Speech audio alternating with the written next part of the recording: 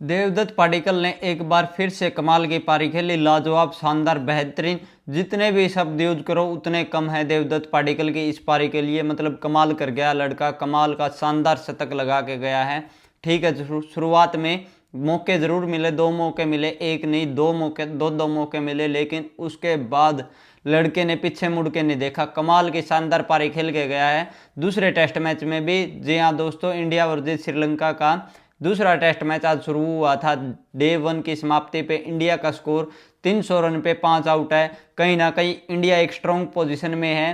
तो जल्दी जल्दी आ जाओ, चैनल को सब्सक्राइब कर लो, वीडियो को लाइक कर देना अगर पसंद आए तो, नहीं तो चैनल को तो सब्सक्राइब कर ही लो। आप सब्सक्राइब नहीं कर रहे ना चैनल को शेयर कर रहे। जितना बड़ा चैनल होगा उतना मज़ा आपको भी आएगा, मेरे को भी आएगा।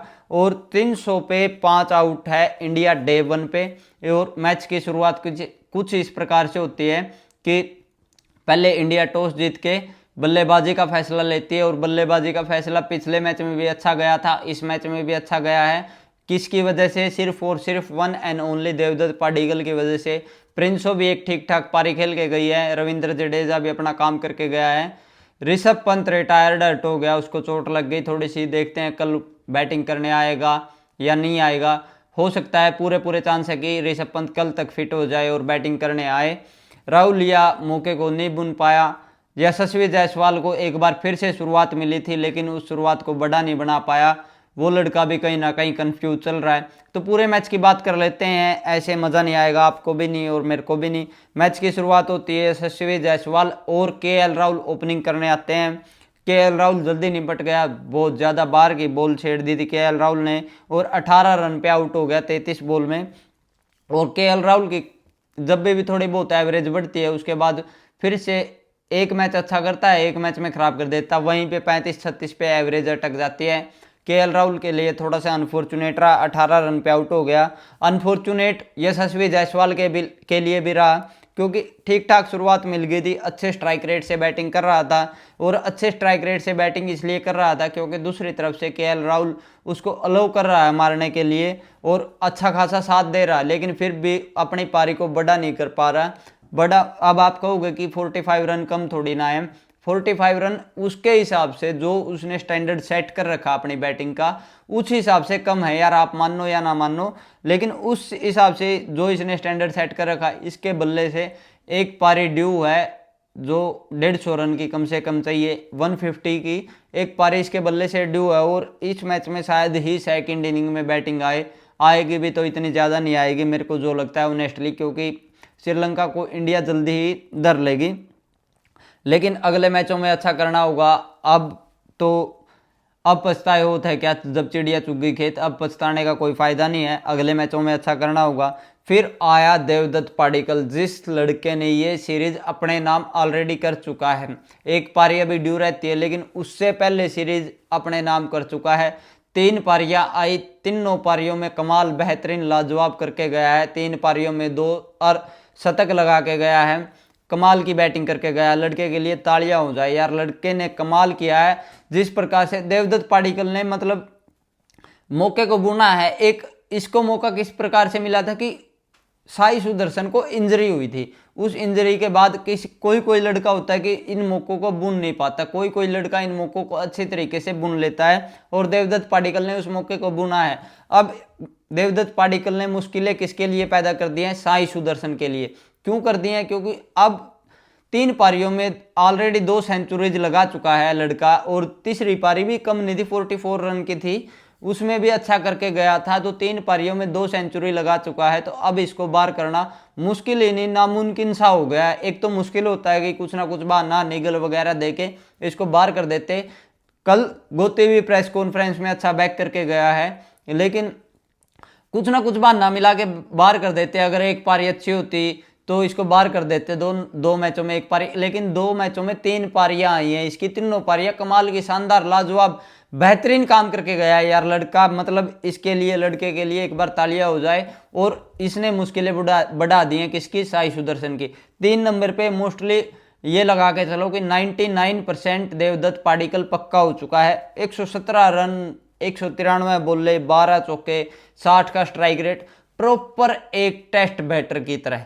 जैसे 3 नंबर पे पुजारा था उसी प्रकार से, जैसे 3 नंबर पे पुजारा था उसी प्रकार से मतलब अपने आप को रिप्रेजेंट किया है। जहां पे तेज रन बनाने होते हैं वहां पे तेज भी रन बनाता है, बाउंड्रीज भी कलेक्ट करता है और हर एक बॉल को ऐसे खेलता है जैसे इसने जीरो से शुरुआत करी हो।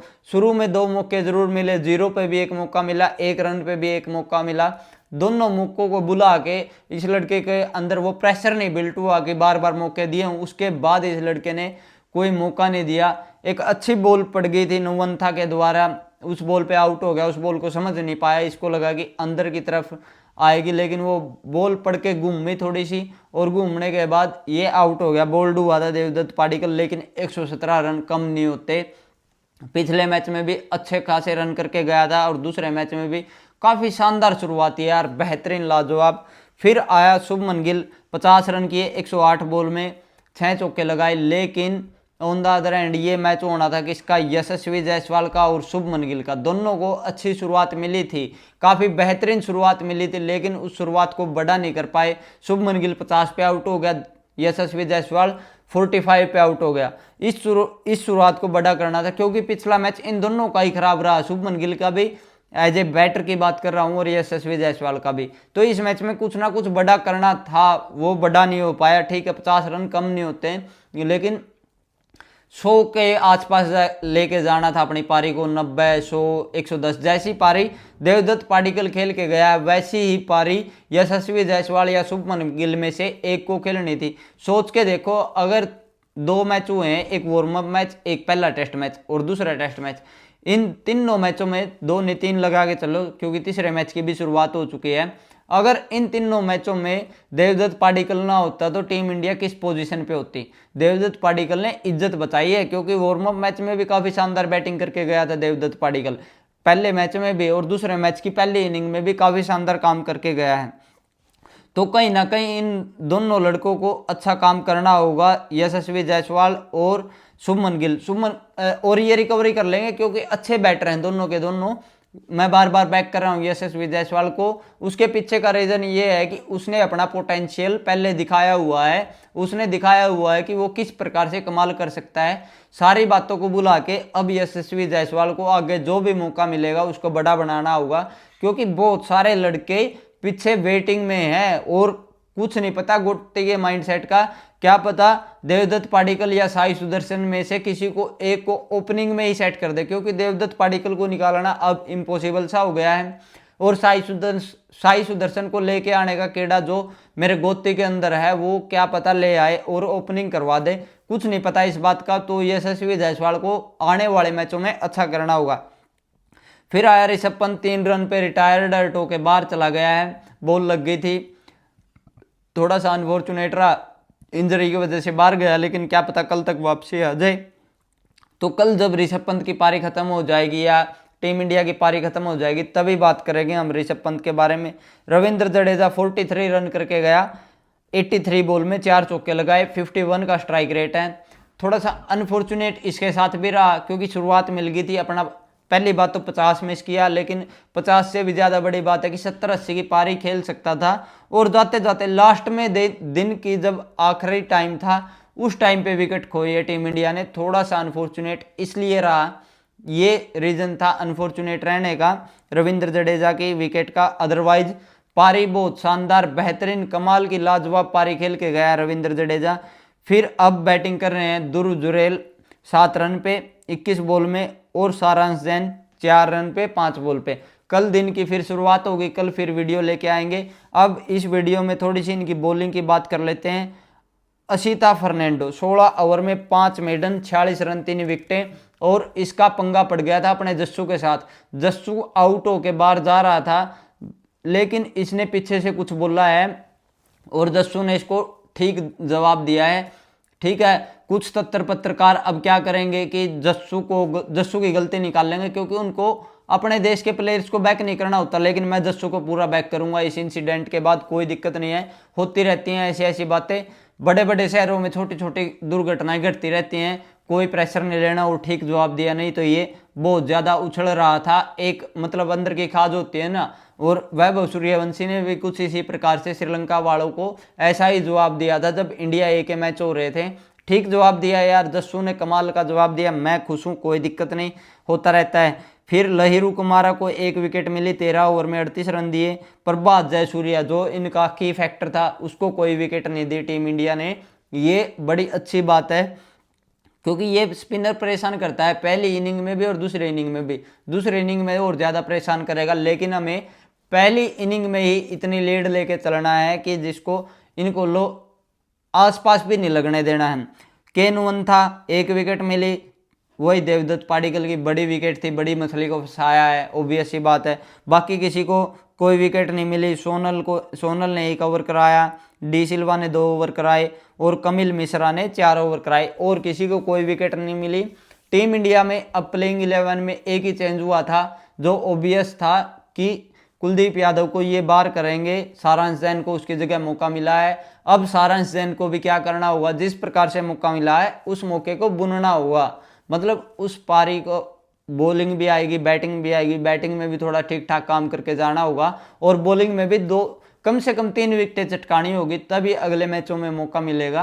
क्योंकि पता है ये मौके जिंदगी बार बार मौके नहीं देती, कभी कभी मौके देती है जिंदगी। जैसे देवदत्त पाडिक्कल को अब मौका मिला था, किस वजह से कि साई सुदर्शन इंजर्ड हो गया था, तो उस लड़के ने मौके को बुना है। ऐसे ही तुमको भी अपना मौका बुनना होगा। डेब्यू हुआ लड़के का शानदार। अब कल की वीडियो के कुछ कमेंट्स थे, करिश भाई यही कमेंट करता है, उन कमेंट्स का जवाब देने की कोशिश करूंगा मैं, किस प्रकार से क्या क्या कमेंट रहे। शुरुआत से शुरू करते हैं। ये कंगलू को अब असली कंगारुओं को फेस करना होगा। हाँ भाई याद आ गया, कंगलू पिल गए हैं।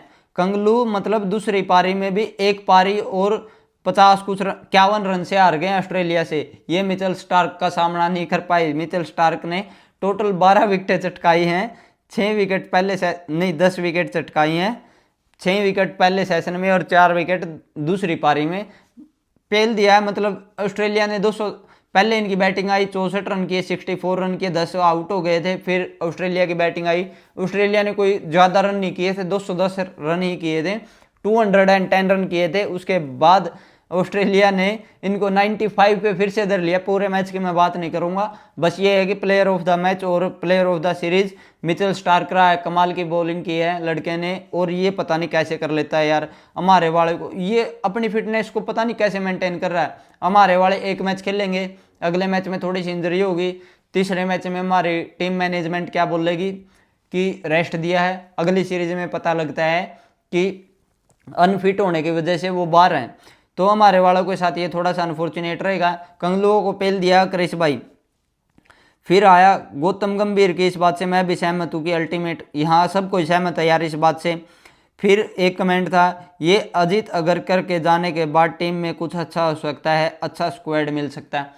थोड़ा सा अनफॉर्चुनेट है यार, कहीं तो हमें लगता है कि स्क्वाड ठीक ठाक मिल रहा है, लेकिन थोड़ा सा कुछ प्लेयर्स के साथ ये गलत कर रहा है अगर मगर का जो टोला है। और इसमें काफ़ी बहस भी छिड़ी हुई है अंदर के अंदर, जो सिलेक्शन कमेटी है उसके अंदर बहस छिड़ी हुई है। कुछ प्लेयर्स एक तरफ जाना चाहते हैं, कुछ प्लेयर्स कह रहा हूँ, कुछ कमेटी मेंबर्स जो सिलेक्शन कमेटी के मेंबर्स एक तरफ हैं और कुछ एक तरफ है। वहाँ भी गुट बने हुए हैं, 2 गुट बने हुए हैं।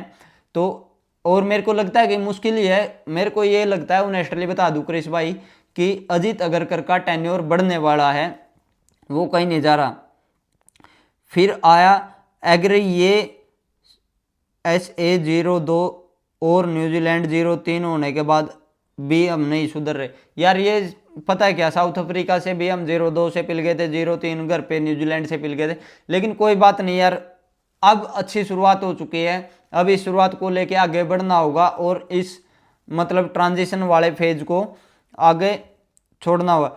फिर कमेंट था, कुलदीप को तो ये कब से हटाना चाहते हैं, स्क्वाड में लेते थे खिलाते नहीं थे, तभी से लग रहा था। यार कुलदीप के साथ थोड़ा सा अनफॉर्चुनेट हो रहा है, कुछ कुछ प्लेयर्स के साथ अनफॉर्चुनेट ज़्यादा ही हो रहा है, इसलिए ये अगर मगर का टोला और गोती का टोला मेरे को समझ में नहीं आता। क्योंकि देखो सिराज को भी एक ही फॉर्मेट में सीमित कर दिया है, क्या पता उसको ODI में वापसी होगी नहीं होगी, कुछ नहीं पता। सिराज तीनों फॉर्मेट खेलने वाला बॉलर है, लेकिन उसको टेस्ट में इतना घींच देंगे कि क्या पता। लेकिन उधर से पारसिद्ध कृष्णा जी को तीनों फॉर्मेट का बॉलर बना के रखा है। आप खुद से बताओ, पारसिद्ध कृष्णा जी में से और मोहम्मद सिराज में से कौन सा बेस्ट है?